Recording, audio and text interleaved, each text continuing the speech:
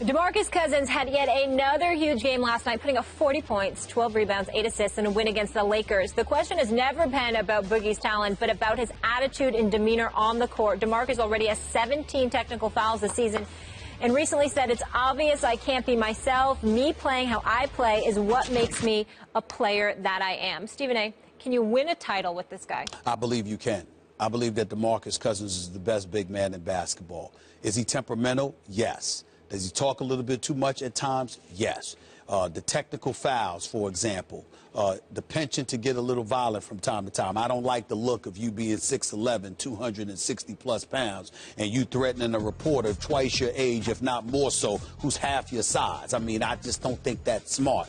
Those kind of temperamental things can definitely hurt him, but in the end, make no mistake about it, this brother is big time.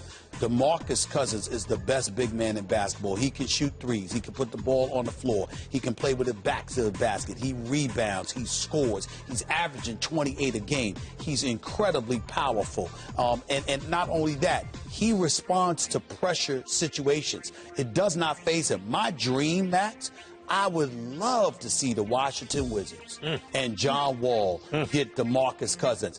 I would love to. I'm telling you right now, if Ernie Grunfeld find a way to get his hands on DeMarcus Cousins while keeping Wall, Beal, and Porter, I'm telling you right now, it would be Cleveland and the Washington Wizards. I'm talking about for the next several years, battling for Eastern Conference supremacy. Played with Isaiah Thomas, they didn't win a whole lot.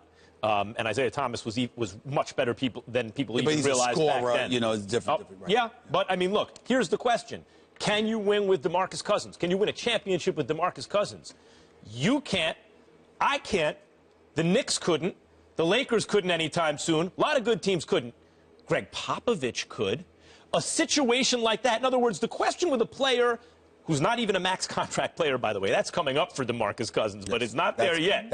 He's also kind of inexpensive for what he does. That temperament is what has affected him. No question about it. But the question with a player like Cousins, who has an issue with his temperament, but is incredibly talented, is can you win a championship with him?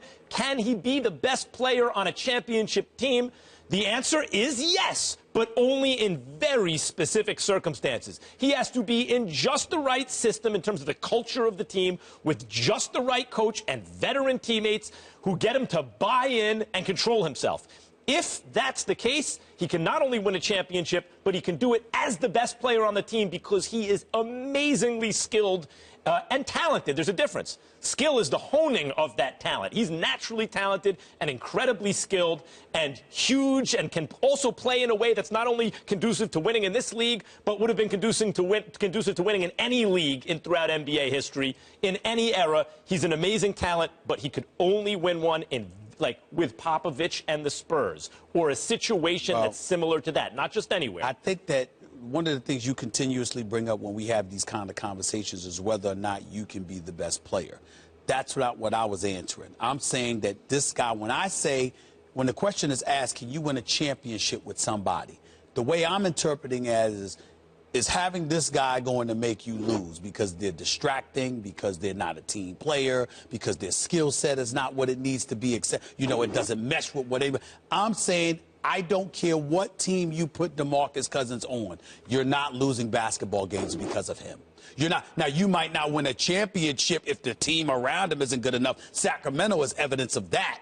But you are not losing a shot at the crown because of DeMarcus Cousins. Well, I mean, look, it's not just the team around him and their talent, because he's played with some talented players, although on no great teams yet, obviously.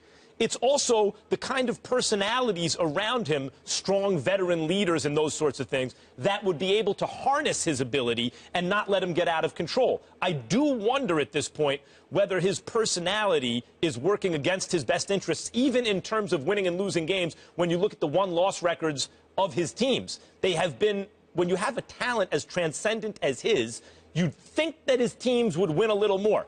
That said, it's not just about being the best player, but when you're going to have to wind up paying him max money and give up resources in order to acquire him, he has to be one of the two. He has to be in the absolute nucleus of that team, one of the centerpieces. He has the ability to do it, for Popovich, maybe for the right coach who he buys into, but not just for anybody. I got to tell you something. We talk about DeMarcus Cousins. Let's be clear about something here. The man doesn't miss too many games. He shows up. You understand? Durability, not just skill. He's on the court.